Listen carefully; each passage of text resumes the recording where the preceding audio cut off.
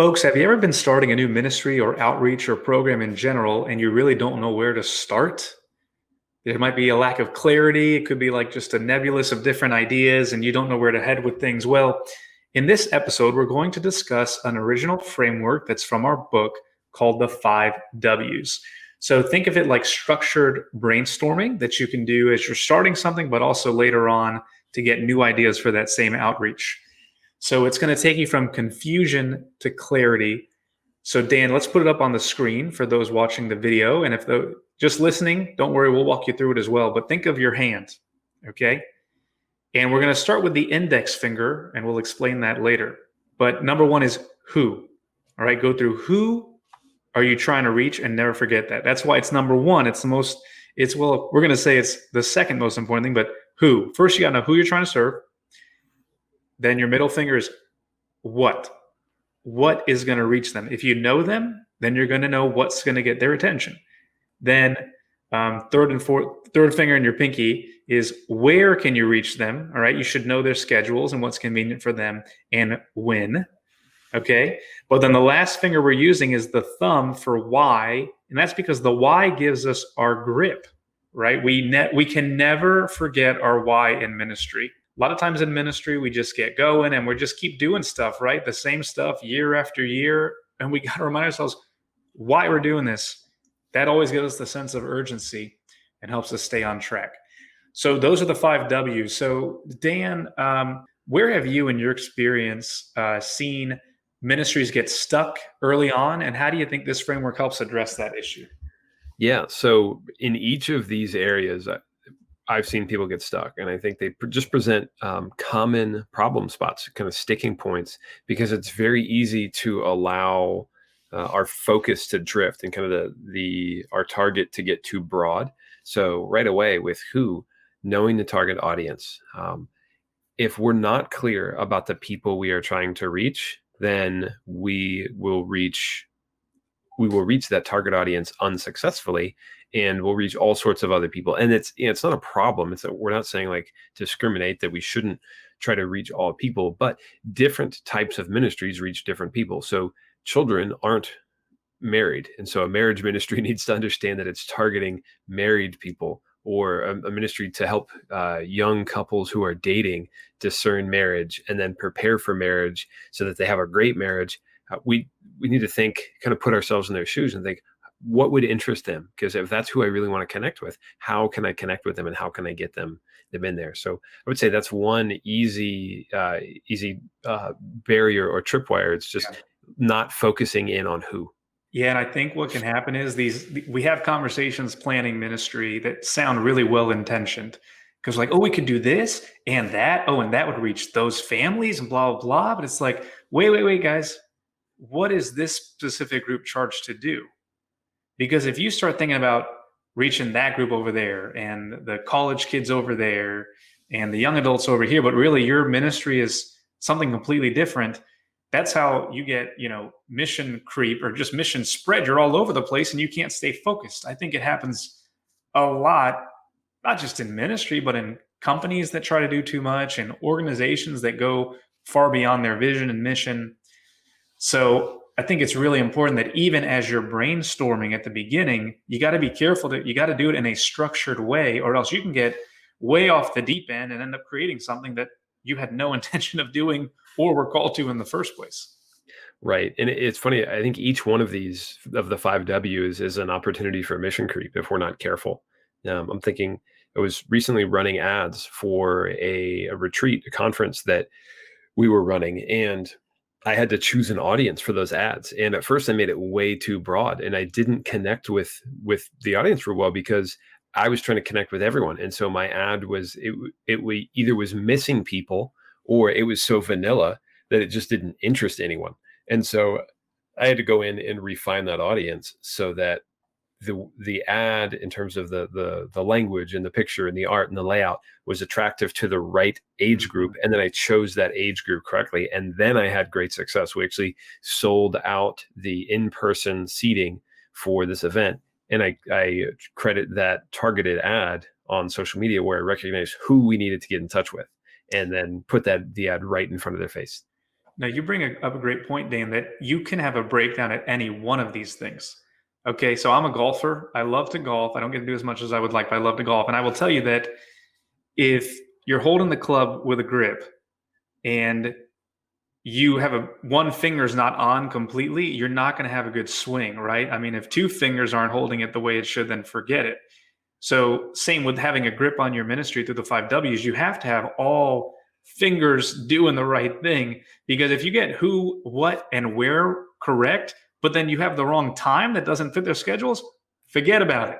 It Yeah. doesn't matter how beautiful your outreach was. If it was a bad time for the families or whoever, then no one's coming. Yeah. So it applies to all the other Ws. I totally agree with you. I don't think I knew you were a golfer, Justin. Next time I'm in town or you're in town, we'll have to play around or try to get some holes in. No, absolutely, Dan. We'll make sure we're using the 5 Ws on the golf course as well. Absolutely. Golf swing. We don't want that. We don't want the club to go flying. So That's I would right. imagine. So I'm pretty bad. So I have a feeling you're going to beat me. We'll see. It depends on the day, but I will tell you, my brother one time in a golf practice growing up with a coach, he didn't have the 5 Ws working. His club flew up in the tree, and our golf coach just laughed hysterically. He's like, "I've never seen that before." But I think that analogy works in our ministry. Is you ever seen a ministry that's just like off the rails, and you're like, "What is this thing? Like, what are they even doing?"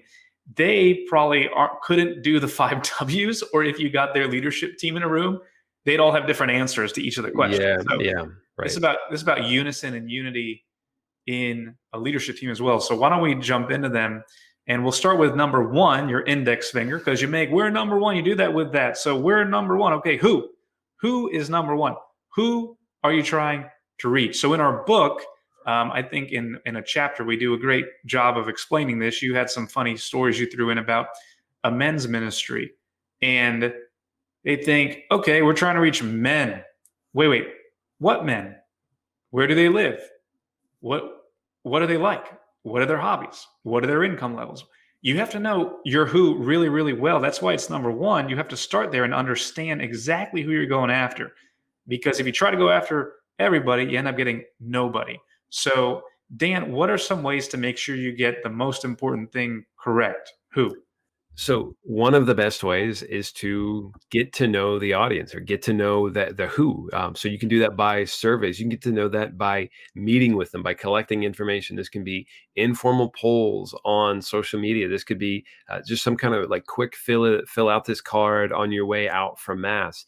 You could have any sort of just like quick informal information gathering. You could call up 5 guys from the parish or 5 guys from this group that you're trying to connect with and say, hey, tell me a little bit about yourself. What are you interested in? What would you like to do? What would you like in a men's ministry? And go from there. So surveys, information gathering, data collection is our friend.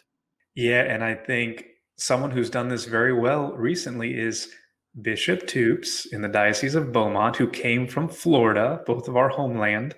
But I noticed, because I'm out in Texas, and I saw on the Facebook page, he did listening sessions at every parish. And he's perfectly executing the 5 Ws. He's getting to know his flock, who he's trying to serve. He was at a different place almost every night. It was incredible. So that's how you do it. You shake hands, kiss babies, you listen to people, because you got to know them before you're going to do anything to help them. It starts there, and you build credibility with them. So that's number one, is your who.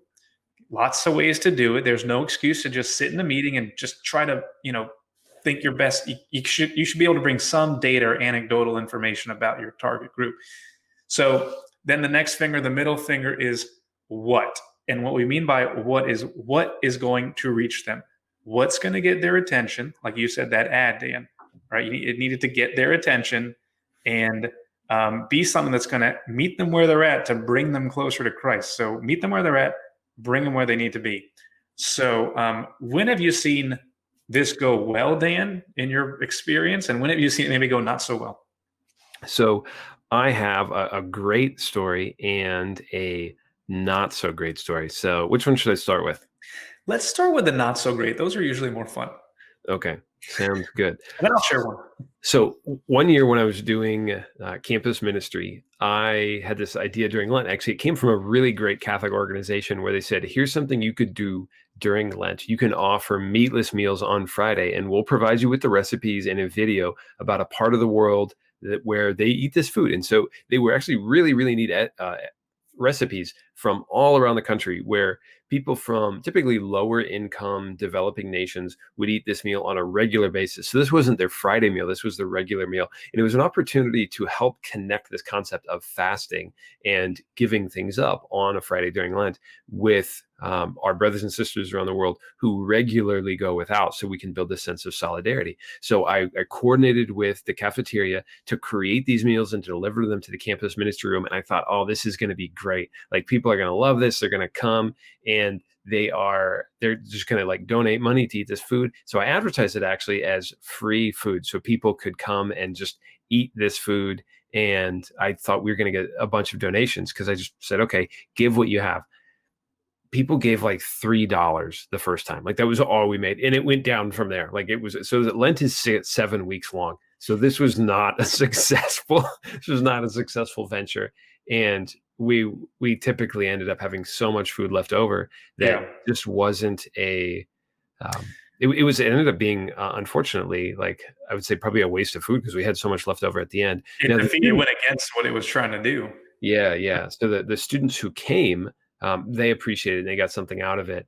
But I wasn't smart about what would interest the students. And so I basically said, I answered a question that they didn't ask. I said, hey, I have a great idea. You should be interested in it, rather than just simply asking, what are you interested in? And then answering that question or meeting that need. So I think that's a prime suspect in ministry, where we think we know what people need and we don't take the time to determine. Actually, that happened to me recently. We were offering some professional development and training for parish leaders. And I sat down one day to think about it and realized nobody asked for this one topic. I think it's important, but what does it connect to? How does it help them do their ministry? And it doesn't. Like, it was actually, it would have been much better for an end user. So I had my who wrong, and I had my what wrong. I had them confused. Yeah. And what you just shared happens all the time in ministry. It happens so much that we think, what do I want? Okay, everybody else must want that too. Or what do they need? Oh, I'm going to give it to them and they're going to like it. But if they don't want it, they're just not going to show up or come. And you learn that lesson the hard way. So part of this, the 5 W's here, is like, we need to flip it on its head. It's not about us, guys. It's not about us. It's about the people we're trying to reach. Who are they, and what is going to get their attention? I'll share one quick story from youth ministry. I had the youth ministry cooking after a couple years. We're getting some interest. More kids were coming. It was really exciting. And then I jumped the gun on something. I said, okay, you know what? Now I want to teach these kids how to pray. And I maybe talked to like 1 or 2 kids that said they want to learn how to pray, right? Really go deep in it. And I just took that as like, here it is. Well, set up this Wednesday night thing where they could come and learn how to pray. Got the priest to like prepare a talk, waiting. And one person came, and it was one of our peer ministers, because she knew nobody else was going to come, right? And I've reflected back on that and thought, they weren't ready. They didn't ask for this. I should have been more patient in waiting for the right time. But like you said earlier, Dan, I messed up on where and when. Wednesday night for a high school kid?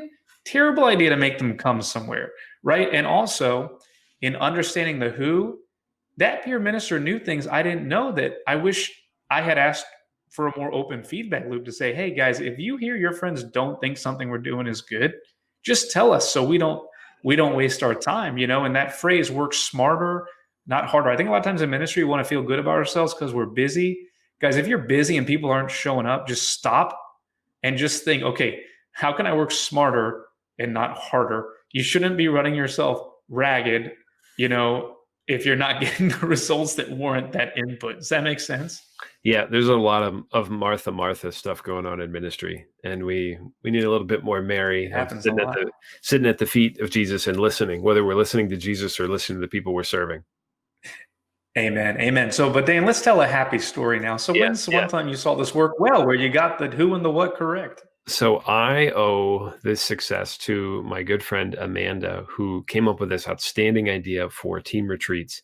in high school, and she recognized that the big class retreats were impersonal feeling, and students didn't necessarily connect with those a lot or get a lot out of them because it was them and 200 other people, and so there wasn't the intimacy and the trust that you need in order to have good conversations and to help people feel open and be willing to change. So rather than pulling people out of, you could say, their community and their culture, she went to them. That's a novel concept. Imagine that. So she developed team retreats at this high school where every single varsity team got their own retreat, which was brilliant because now you have a community that already exists. So students know each other. They really, really bond. They've already bonded and they have something in common. And so then you take that group that already has something in common. They already trust one another. They're already vulnerable. And you lead them into an encounter with the Lord. And those were really, really successful. And so that was one of the best ideas I've seen in ministry recently. And so thank you very much, Amanda. It was great to be a part of that.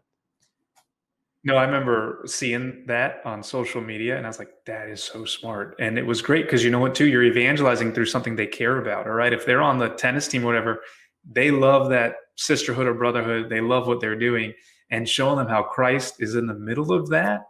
They're gonna remember those experiences for the rest of their lives.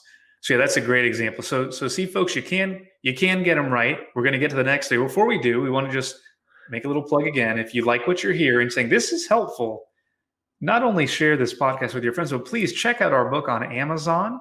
By the time this episode airs, it should be available or available for pre-order. It's called Go Make Disciples. We have all these frameworks printed within and an explanation and a forward by a well-known Catholic author. We're so grateful to him for that forward for us. So please check it out. Go Make Disciples on Amazon in paperback or Kindle. All right, so now let's go into the third W. Dan, I'm just going to go through the next two kind of grouped together. Finger 3 and 4 is where and when. And just a couple notes I'll make here is on where. We all know that doesn't have to be physical anymore, right? Maybe virtually is the best way to reach some people.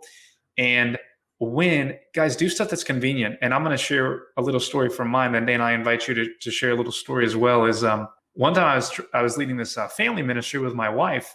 And one thing we would do every once in a while is adoration, Eucharistic adoration, where families would feel comfortable coming. People would know, hey, I mean, kids are always welcome in adoration, but we made it sure that people knew, hey, guys, this time little ones will be there. It might be a little noisy, but just know this is open to everybody. But just be aware, families with young children are going to be the ones we're really gearing it towards. And first time we had a great turnout. It was awesome. My wife even had tears in her eyes, just to see all these families adoring our Lord in the Blessed Sacrament. Well, the next time, turnout wasn't as great. Guess what I found out, like the night of the event or a day before? We scheduled it the last night of Vacation Bible School. Okay, folks, families have been driving their kids to VBS every day. Their kids have been learning songs and singing and dancing. They're exhausted by the end of that week. I wish I had checked the parish calendar before I schedule it to make sure, is this convenient for my target audience? It's simple stuff like that, Dan. Check out the local calendar, not just at your parish. Don't schedule the first night of marriage prep. I did that once on Super Bowl Sunday, unless you want to alienate all the young men showing up, and of course the women as well that are football fans. I mean, crazy stuff. So, Dan, you got any stories from the where and the when, maybe getting mixed up or maybe going well? Yeah, absolutely. So I was I was a moderator for one of the classes at one of the high schools I worked at. And so the student government representatives from that class wanted to do a movie night. And so they said, hey, let's do this during winter. And so I checked with the school administration and said, hey, we'd like to do it this date. And they said, oh, no, that's not a good day because there's a basketball game. So we don't want to compete with the basketball game. So instead do it the next night, which was a Friday night. And I said, okay, sure. So I went back to the students and I said, how about we do it Friday night? And they said, no, that's a bad idea. No one's going to come. The location of the school, it was actually a really distributed student body over, multiple counties. And so people had to drive a long way to get to this school. And they said, people aren't going to come. And it was really disheartening. Only one of those 4 student government representatives showed up. And it's like the student who came to your prayer meeting. She came because she didn't want, like, she didn't want me to feel bad, or I think she didn't want me to That's be pretty the. much what happened in my example. And it's a testament to your who, have them involved in the planning with you, right? And have that open feedback loop. And then, Yeah. we just have to listen to them and trust their advice. And sometimes that's hard to do. We want to plow ahead, but they're often going to know better than us. But I know, Dan, I remember you recently talking about the success you've seen, I think maybe youth ministry doing events over Instagram, and how that is a good example of the where and the when, especially in the time of COVID-19. They used where and when correctly and said, where can we get to our kids? Here it is. And it's safe and it's effective and all those great things. Yeah, they found where people are and they went there rather than trying to pull them out of their culture. Just like with those team retreats, rather than pulling people out of their comfort zone, go to their comfort zone, even if that means it's not your comfort zone. So there's a kind of a famous social media promoter who tries to get people to jump on there and do advertising on there. And he says his response to people when they say, well, I didn't grow up with this, I'm not familiar with that. He says, you know what? You didn't grow up learning how to drive either, and you figured that out. So, like, you can probably figure out whatever the newest social Yes. media platform is, you can figure it out. So one thing that actually just came to mind as you were talking about the need to check with other calendars and check with people in the parish, I got some great advice from one of my professors one time when we were talking about school administration and how a principal needs to keep in mind so many different groups of people when he or she makes a decision. So, if you think something simple like uniforms, I'm going to change the uniforms. Well, you need to consult or connect with and let so many different groups of people know about the uniforms. Like, you've got all of those parents who are planning on handing on those uniforms to their next youngest kids, or even the friends of families who are at your school. Okay, so you think, oh, well, this family, their youngest is just about to graduate, so they don't need those uniforms. Well, what about the cousins of theirs that you don't know, who are incoming freshmen, who are hoping to inherit those uniforms and save $300 on that? And so this professor had a great idea. He said, make a list of all of the different stakeholders in your community. Mhm. And as you make big decisions, go down that list and say, how will my decision impact that group of people? And how will my decision impact that group of people? And unless you're like way overboard, go ahead and communicate with them anyway, because they can hit delete just as easily as anyone. And it's far better if you over communicate and let people know what you're doing than it is to under communicate. Like, nobody, like, there are those people who we think like, oh my gosh, they send so many emails, they send so many messages, but that's not really a bad reputation. The people who have the bad reputation are the The ones ones, who don't. right? And like, you think, oh my gosh, I wish they would have just sent an email. How hard would that Yeah. have been? No, really, really smart. And I think think about where and when, it's how to be in touch with these folks. We'll talk about that in other frameworks, but you know, I've been guilty before of just using emails when some groups just do the text. You'll get your answer quicker.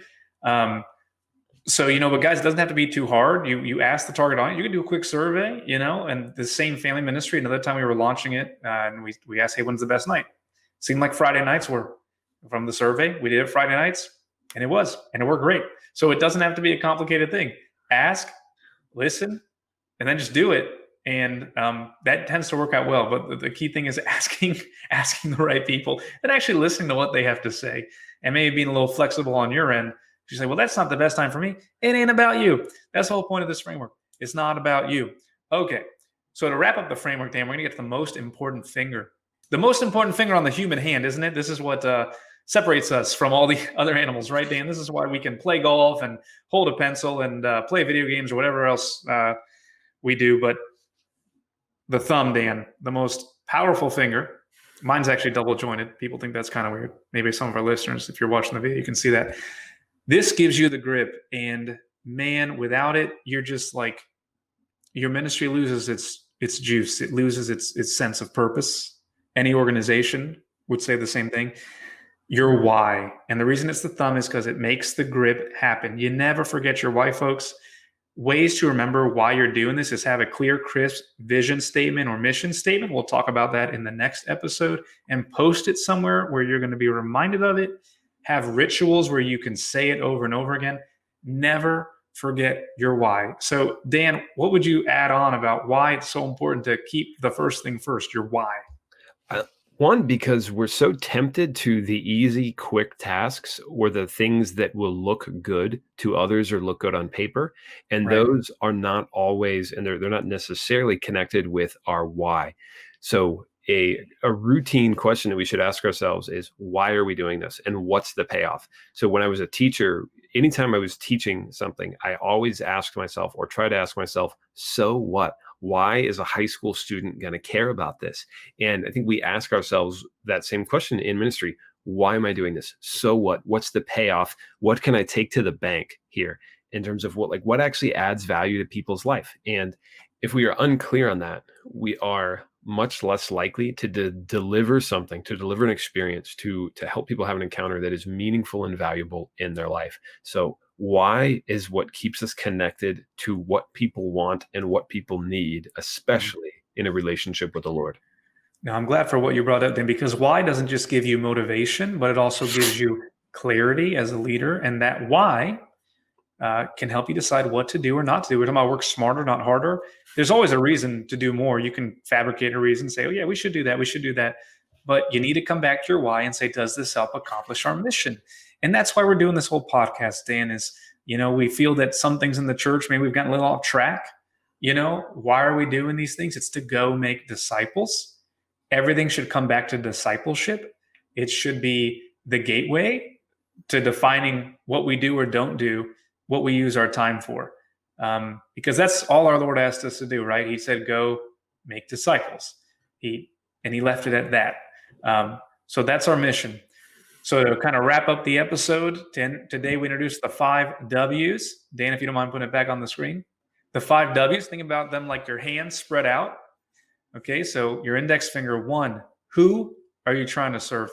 If you get that, if you know who you're trying to serve, then you're going to get number 2 correct. The middle finger, what is going to reach them? Then your last 2 fingers, where can you reach them? Doesn't have to be physical, it can be virtual. And when can you reach them? What's convenient for them? And then lastly, the thumb that makes the grip work, why? Never forget your why, folks. So, with that, we want to thank you for joining us again for yet another episode. We are very grateful to you for just continuing to be with us and listen to us. We hope and pray that this supports the work you're doing. So, whether you work for the church or whether you are a layperson who just says, you know what, I need to dedicate more of my time to ministry, we're doing this for you. And we really, really hope and pray that this helps you bring other people to know, love, and serve God. And if there's anything that you struggle with, or there are some questions you have, we would love to hear from you to give it our best answer and say, here's what we would do in your situation.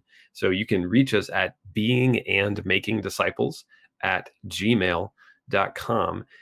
And if you are enjoying this podcast, we would really love if you could leave us a review on your favorite podcast platform, just to say like, hey, this is what I'm getting out of this. This is what I love about the show. And of course, if you have any feedback about what we could do better, we would love to hear that as well. And then, of course, finally, the book is for sale on Amazon. So just search Go Make Disciples by H. Justin Reyes and Daniel Boyd. You should see it on there. It's very, very affordable on Kindle and paperback as well. So we'd love for you to check it out. And again, if you have purchased it and read it, we would love a review on there. So thank you so much. God bless you all. And we'll be with you again in a week.